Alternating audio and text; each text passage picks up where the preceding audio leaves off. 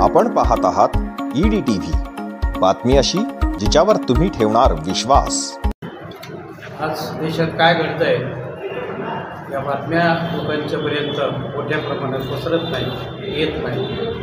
खऱ्या बातम्या दाबून टाकल्या जात आहेत। हा दबलेला आवाज जो आहे तो बुलंद करण्यासाठी भीतीमुक्त समाज रचना, भीतीमुक्त युवक, भीतीमुक्त वातावरण निर्माण करण्यासाठी असीम सरोदे साहेब आणि आमचे विश्वंभर चौधरी यांनी संबंध महाराष्ट्रभर अनेक जिल्ह्यामध्ये फिरून या पद्धतीचं निर्भय बनूचं वातावरण सुरू केलेलं आहे। ही चळवळ कोण्या राजकीय पार्टीच्या विरोधात नाही किंवा कोण्या धर्माच्या विरोधात नाही किंवा जातीच्या कोणाच्या विरोधात नाही। समाजामध्ये दबल्या गेलेल्या, पिचल्या गेलेल्या आवाजाला मुक्त करण्यासाठी आणि एक वेगळं वातावरण निर्माण होऊन ही लोकशाही, ही राज्यघटना सुरक्षित राहावी यासाठी हा केलेला प्रयत्न आहे। या प्रयत्नामध्ये इथे कुणाला मुद्दाम होऊन निमंत्रित केलेलं नाही,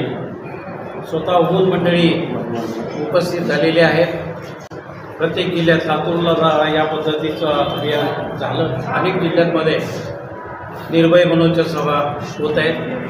या सभेला उत्स्फूर्त पण आहेत। इतर सभेसाठी निमंत्रण पत्रिका छापाव्या लागतात, अनेक वेळेला फोन करावे लागतात, माणसं बोलवून आणावे लागतात, पण या सभेला मात्र उत्स्फूर्तपणे लोक येत आहेत। जालन्यामध्ये सुद्धा मसोदरी महाविद्यालयाच्या एका हॉलमध्ये काही तासाच्या आत आम्ही सूचना केलेली होती। त्याला ते सभागृह पूर्ण भरलेलं होतं।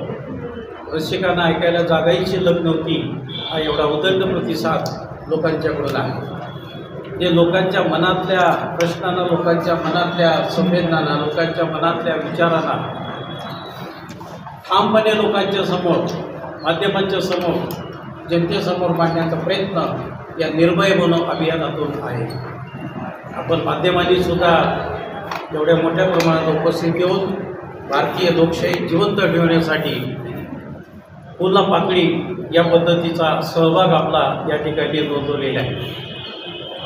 चौथा स्तंभ, खरं म्हणजे लोकशाहीचा आता चौथा स्तंभ आहे। कुठल्याही पडत्या काळामध्ये हा चौथा स्तंभच खऱ्या अर्थानं लोकशाही जिवंत ठेवायला कारण ठरणार आहे। आणि म्हणून आपल्याला सर्वांना माझी नम्र विनंती आहे की या पद्धतीचं जे अभियान आहे, हे अभियान कुठल्याही प्रकारच्या गटातटाचा किंवा कुठल्याही प्रकारच्या राजकीय भूमिकेचा विचार न करता मुक्तपणे आपल्या संवेदनांना, आपल्या भावनांना वाव करून देण्यासाठी म्हणून या अभियानाला आपण मदत करावी, अशा पद्धतीचं आवाहन मी आपल्याला करतो। किती कार्यकर्ते येतील अपेक्षित आहे तुम्हाला?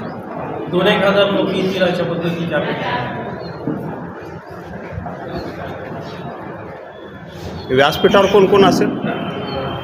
व्यासपीठावर कोण कोण असणार आहे? व्यासपीठावर असीम सरोदे साहेब राहणार आहेत, विजयांना बोराडे राहणार आहेत आणि विश्वंभर चौधरी राहणार आहेत।